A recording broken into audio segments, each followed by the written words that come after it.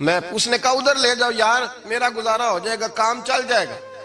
وہ کہتا پانچواں بول پڑا تو چوتھے نے انکار کر دیا، میں نہیں پیوں گا، پہلے اس کے پاس لے جاؤ۔ کہتا حد ہو گئی، ساتویں تک میں آیا، اور جب میں ساتویں تک آیا تو پہلے نے پھر چیخ ماری۔ تو فرماتے ہیں وہ ساتواں کہنے لگا نہیں ادھر لے جا یار، اس کو پیاس زیادہ لگی ہوئی ہے۔ کہتے ہیں جب میں اس تک گیا تو وہ جام شہادت نوش کر چکا تھا۔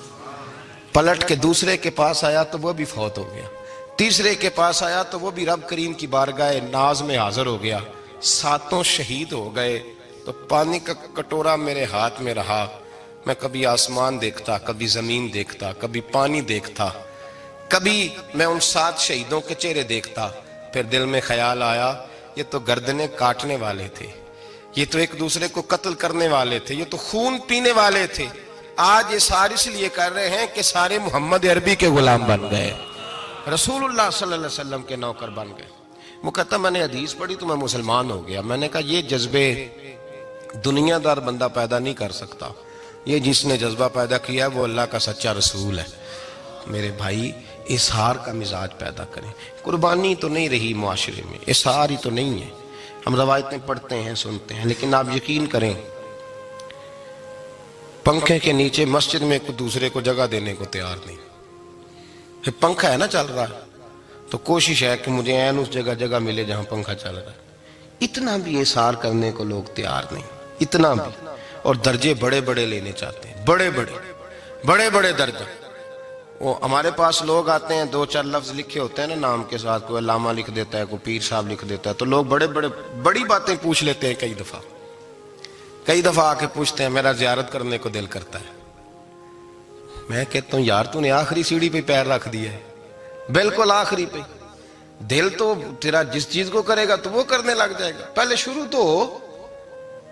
شروع تو حضرت جنید بغدادی رحمت اللہ تعالی علیہ، وہ دریا کنارے کھڑے تھے تو آپ دریا کے اندر پیر رکھا آگے جانے کے لیے۔ یہ اعلیٰ حضرت نے لکھا ہے واقعہ ملفوظات شریف میں۔ دریا پار کرنے کے لیے پیر رکھا تو ایک شخص کہنے لگا حضور مجھے بھی ساتھ لے لیں۔ آپ نے فرمایا میں دریا پار کروں گا تو اس طرح کرنا میرا کرتا پکڑ لے اور یا جنید یا جنید کہنا شروع کر دے، یا جنید یا جنید۔ اس پہ فتویٰ بھی لگ جاتا ہے پر کیا کرے، مسئلہ تو صحیح ہے نا۔ تو پیر میرا پیچھے سے کرتا پکڑ لے اور یا جنید کہہ، وہ کہتا ہے پیر رکھا نا حضرت نے پانی میں تو میں بھی پیچھے۔ تو حضرت جنید بغدادی کیا کہتے ہیں یا رحمان یا اللہ، یا رحمان یا اللہ، وہ خود یہ پڑھ رہے ہیں اور مجھے لگایا یا جنید پہ۔ کہتے ہیں دریا میں وہ بھی چلنے لگے تو میں بھی، یوں لگا جیسے پکے فرش پہ چل رہے ہیں۔ کہتے ہیں تھوڑا سا گزرا تو میں نے کہا بابا خود یا رحمان یا اللہ کہہ رہا ہے اور مجھے یا جنید پہ لگایا ہوا ہے، تو چلو میں بھی یا رحمان یا اللہ پڑھتا ہوں۔ کہتے ہیں میں نے یا رحمان یا اللہ کہا تو میں ڈوبنے لگ گیا، دریا میں ڈوبنے لگا۔ تو حضرت فرمانے لگے تجھے کہا نا یا جنید کہہ، کہتے پھر یا جنید کا تو پھر اوپر آ گیا۔ تھوڑا اور جا کے اب شیطان باز تو آتا نہیں، الذی یوسوس فی صدور الناس، یہ جاتا تو دل تک ہے نا، باز تو آتا نہیں، دن میں 36 دفعہ تو مشورہ دیتا ہے کہ سیدھی نماز پڑھو، یہ کس چکر میں لگ گئے، روز تو تقریر کرتا ہے۔ کہتا پھر دل میں وسوسہ آیا تو پھر میں نے جا کے کہا کہ یہ مجھے خود یا رحمان یا اللہ اور میں یا جنید، پھر میں نے کہا یا رحمان یا اللہ تو پھر ڈوبنے لگا۔ کہتے ہیں بابے نے پکڑ کے نکالا، کہا چپ کر کے یا جنید کہہ اگر پار جانا ہے تو یا جنید کہہ۔ کہتے کنارہ آ گیا تو میرے دل میں خود ہی تھی، وسوسہ تھا کہ بابا تو یا رحمان یا اللہ کہے تو ترے، میں کہوں تو ڈوبے، میرے دل میں وسوسہ تھا۔ اللہ والے ادھار تو رکھتے ہی نہیں نا، جو بات دل میں آتی ہے وہ بیان پہلے کر دیتے ہیں، ادھار تو ہے ہی نہیں ان کے ہاں۔ وہ تو کہتے ہیں تجھے بولنے کی گنجائش ہی نہیں دیں گے، تیرے سوال دل میں ہوگا جواب ہماری زبان پہ ہوگا، یہ تو چکر ہی نہیں نا، بالکل کوئی کھاتا ہی نہیں۔ رب کریم کا بندہ تو بات ہی وہ کرتا ہے جو کو دل میں لے کے آتا ہے۔